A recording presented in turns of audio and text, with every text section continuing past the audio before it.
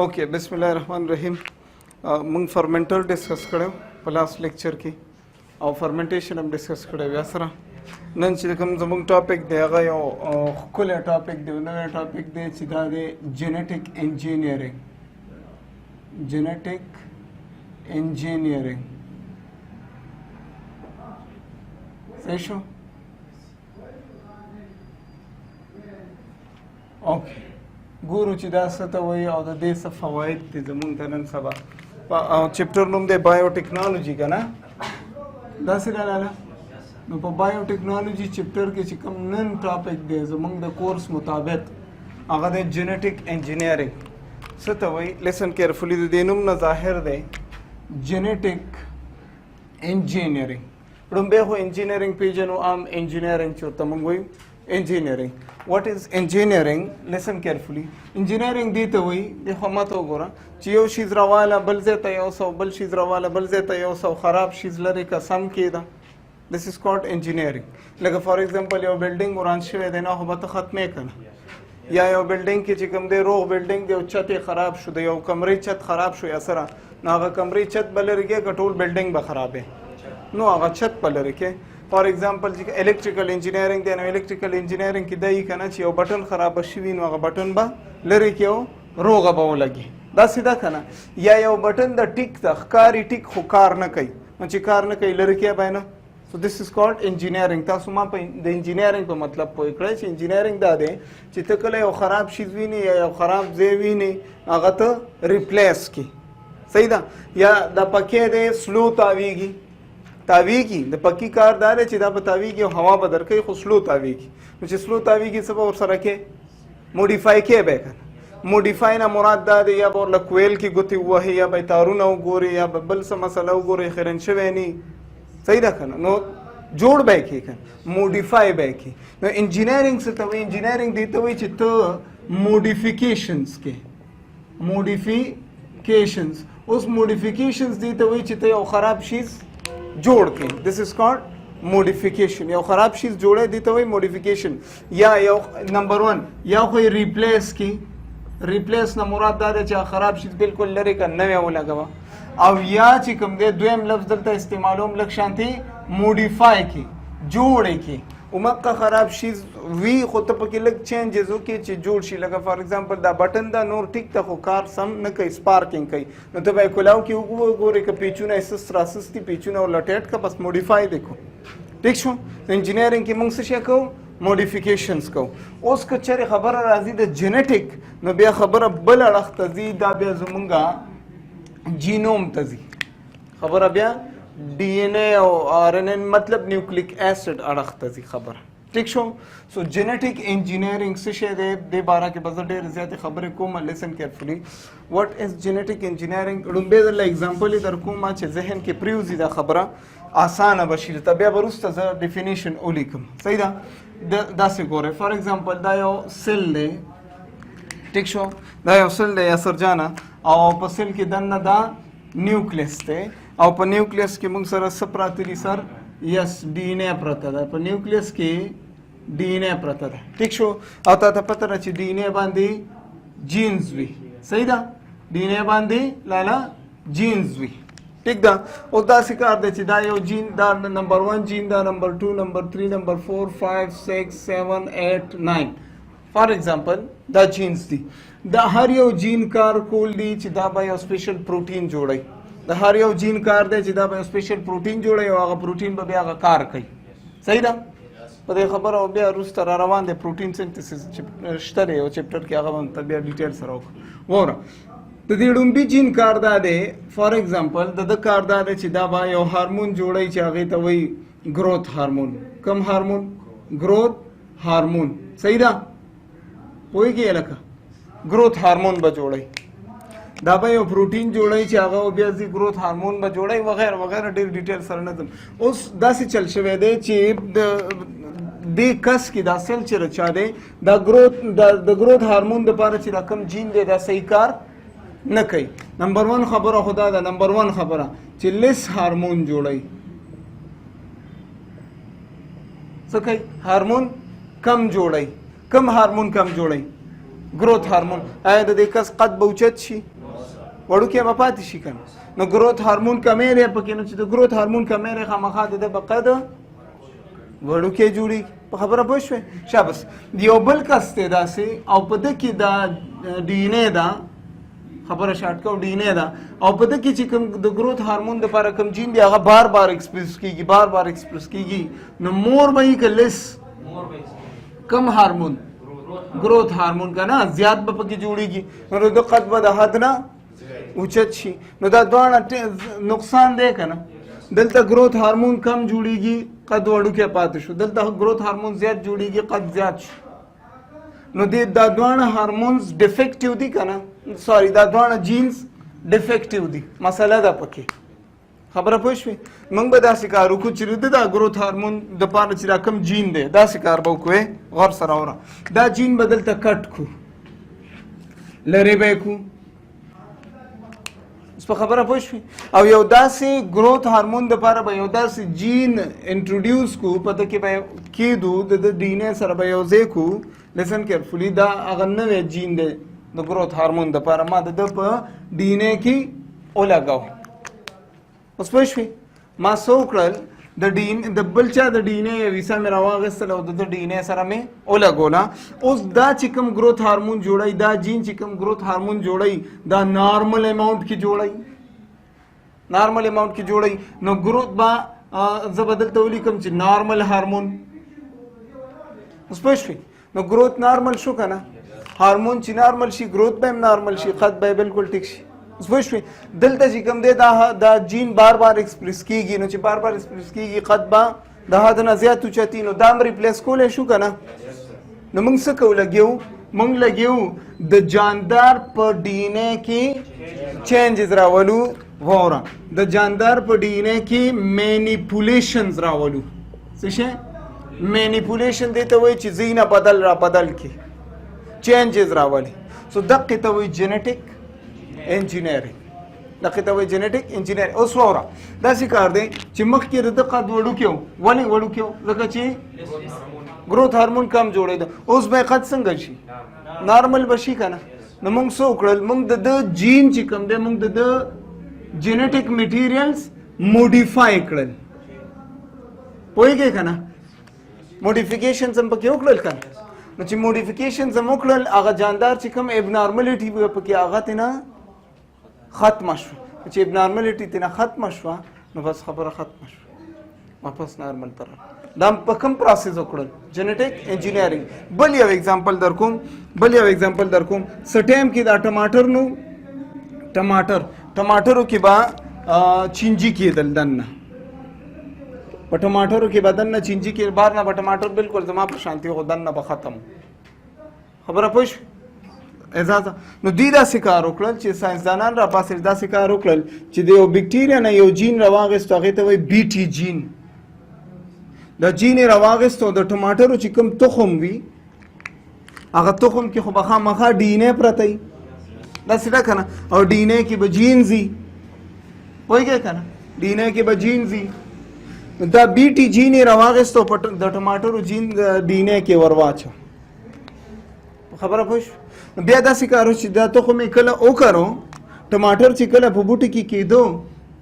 چل داسې و چې که چېرې په دې ټماټر کې به چینجي وشو نو دا بي ټي جین خو به ایکسپریس شوی و. نو دې بي ټي جین چې به کوم پروټین جوړول هغه چینجي به ختمول. اوس په خبره پوه شوې که پوه نه شوې؟ جینیټک انجینیرینګ شو که نه؟ جینز کې هم چینجز وکړل. دلته موږ د ټماټرو جین لرې نه کړو، دلته موږ پکې یو بل جین ور واچو، یو بل جین هم ور واچو. د څه دپاره؟ سیفټي دپاره، چې ښه کراپ پروډکشن وشي، ټماټر راله ښه وشي. پوه شوې؟ دا یو اگزامپل مې بل در کړو. صحیح ده؟ بلا شی اگزامپل دی وایو به انشاءالله مخې له به راځي. سو جینیټک انجینیرینګ په مقصد ته پوه شوې چې موږ جینیټک انجینیرینګ کې څه کوو؟ د جاندارو په جینز کې، جاندارو په ډي ان اے کې، د جاندارو په آر ان اے کې، د جاندارو په جینیټک میټیریلز کې، زه به داسې ولیکم د جاندار په جینیټک میټیریلز کې موږ څه راولو؟ مینیپولیشنز راولو یا موډیفیکیشنز راولو. نو دا دواړه به موږ څنګه کوو؟ جینز به ایکسچینج کوو د یو جاندار چې کوم دی بل جاندار سره، او بیا that's the same خبرې بکو صحیح شو. So what is genetic engineering? They have defined the منګه genetic engineering ته لالیا منګه genetic modifications هم وای genetic modifications genetic engineering ته او دته موږ genetic manipulations هم وای خو بچو genetic manipulations پوه شوي که پوه نه شوي یا سرجانه د دې genetic engineering بل نوم genetic modification هم کیدی شي او بل نوم یې genetic manipulation هم دی دا درې وانه یو خبرې دي صحیح ده. definitions in genetic engineering definition لومبه definition this is modification of characteristics of an organism وره دا یو کریکټر وکنه وختي څنګه کریکټر لیس په جوړېده کم به جوړېده نو بیا موږ څه وکړل موډیفای هم کو نو دا کم کریکټر چې یعنی دا قد اوچتېدل دا یو کریکټر دی نو د قد دپاره خپل جینز وکنه هغه جین صحیح کار نه کو نو موږ څه وکړل ریپلیس هم که یا هم موډیفای کو نو هر څه واپس نارمل شو کنه نو دلته موږ لیکو modification of characteristics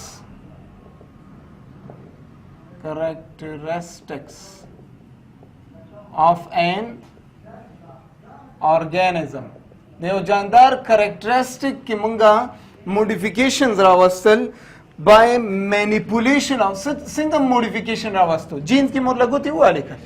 by شابسي manipulation of genetic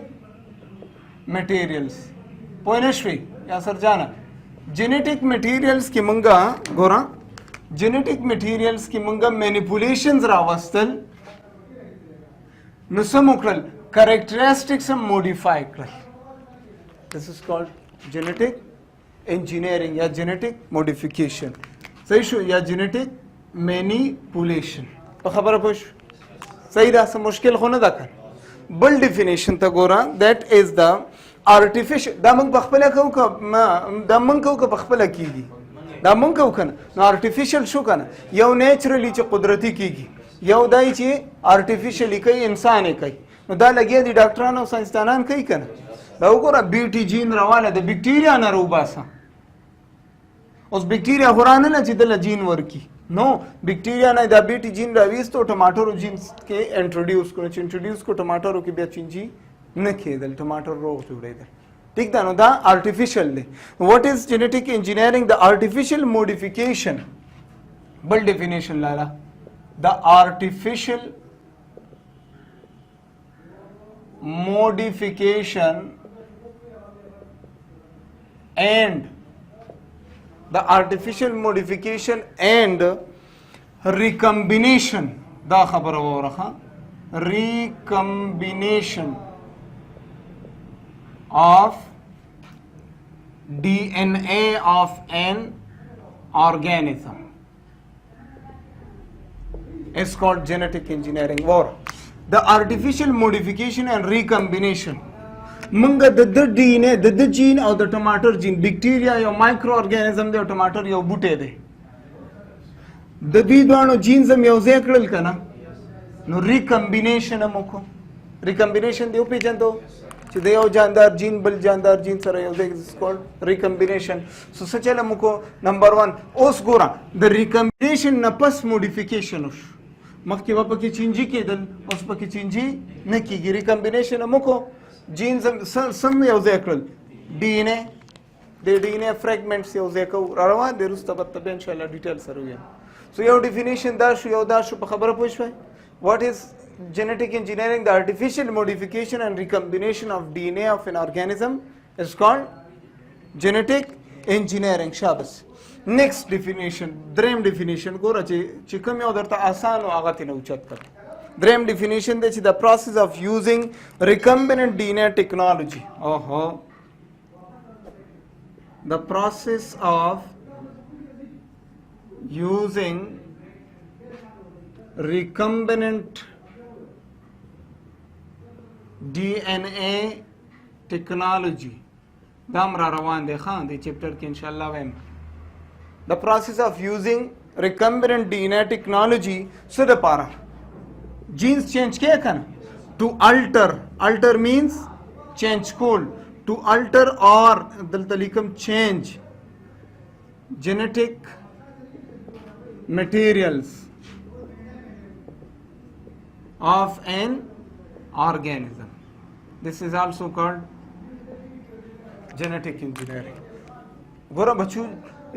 recombinant DNA ټیکنالوژي څه ته وایي چې ته کله د دوه جاندارو DNA یو ځای کې اوس ټوله DNA نه رالو چې زما ټوله DNA تاله درکې اوس تا ټوله DNA ما داسې نه د DNA یو حصه یو جین 2 3 15 دا راوالي او بل جاندار کې انټروډیوس کی سو دې ته وایي recombinant DNA ټیکنالوژي. لکه مثال کے طور پر دیکھو ګوره فار ایگزامپل دا د ټماټر DNA ده دا گرین کلر کی صحیح ده او دا بلیک جینز ټول د ټماټر دي پوهیږئ یا سره او لالا دا چې کوم دی نو یو بیکټیریا ده او دا د بیکټیریا DNA سره ده او دا شنه سوري دا داسې کار به وکړو چې دا بلو جینز پکې د چا دي دا د بیکټیریا دي ټیک شو. موږ داسې کار کوو چې د بیکټیریا نه دا دوه جینز راخلو د بیکټیریا نه دا دوه جینز راخلو او دلته د کې پټ کو نو چې کله پټ کو نو دا فار ایگزامپل د دم ډي ان اے رو باسو د دنم دا گرین ډي ان اے د چا دا د ټماټر پويږي کنه او دا بلیک جینز د چا دي د ټماټر دي صحیح شو کنه. نو موږ دا کار وکړل چې د بیکټیریا نم دا دوه جینز راواغستل او ټماټر جینز سره هم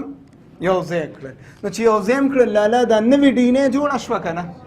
چې بده کې د بیکټیریا جینز هم شته او دا ټماټر هم شته نو دې ډي ان اے ته موږ وایو ریکمبیننٹ ډي ان اے کومه ډي ان اے ریکمبیننٹ ډي ان اے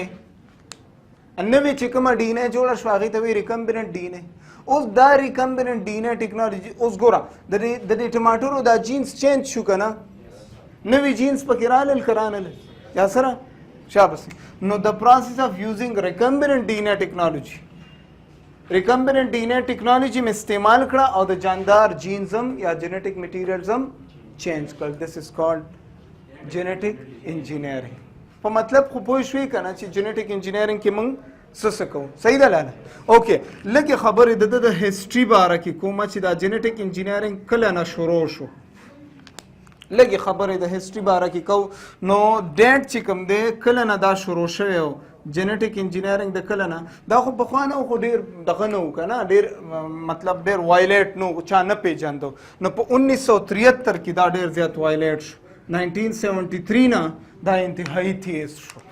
او نن سبا چې کوم دی جینیټک انجینیرینګ ډېرې لوبې وکړې اوس به ګورو چې څه څه یې جوړ کړه او څومره فایدې موږ ته راورسولې صحیح ده که نه. نو چا انټروډیوس کو دوه امریکن بایوکیمسټس وو پوهېږئ امریکن بایوکیمسټس دوه ډاکټرانو دوه امریکن بایوکیمسټو چې د یو نوم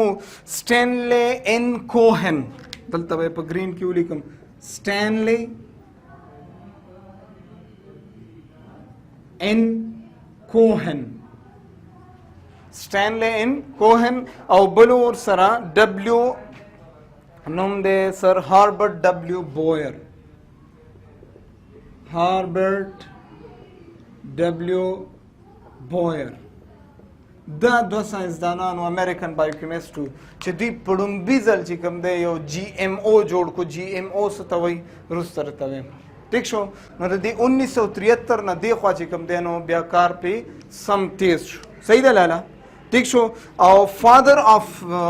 جینیټک انجینیرینګ چاته وایي فادر آف جینیټک انجینیرینګ پوهېږئ په خبره که نه فادر آف جینیټک انجینیرینګ یو بل ساینسدانو چې هغې ته وایي پول برګ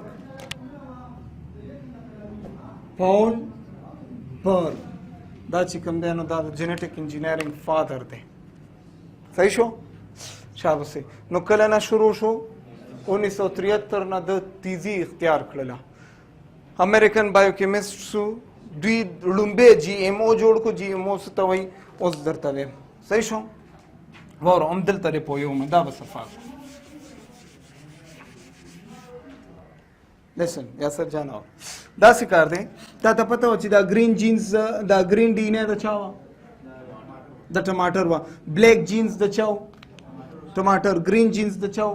د بیکټیریا منګه د بیکټیریا جینز هم راواچول ټماټرو جینز سره هم یو ځای کړل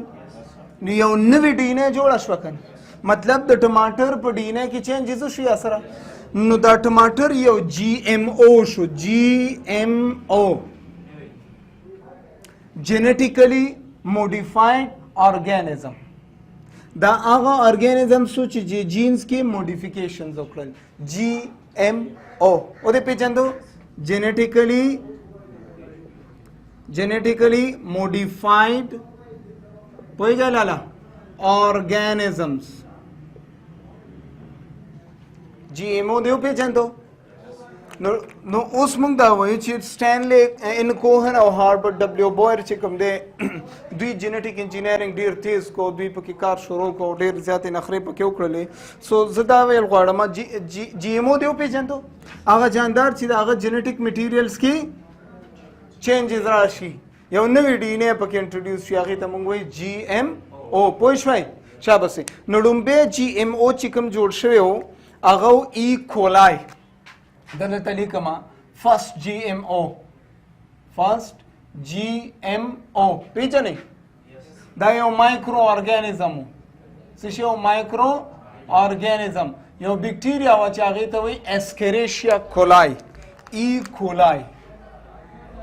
ای کولای بیکټیریا وه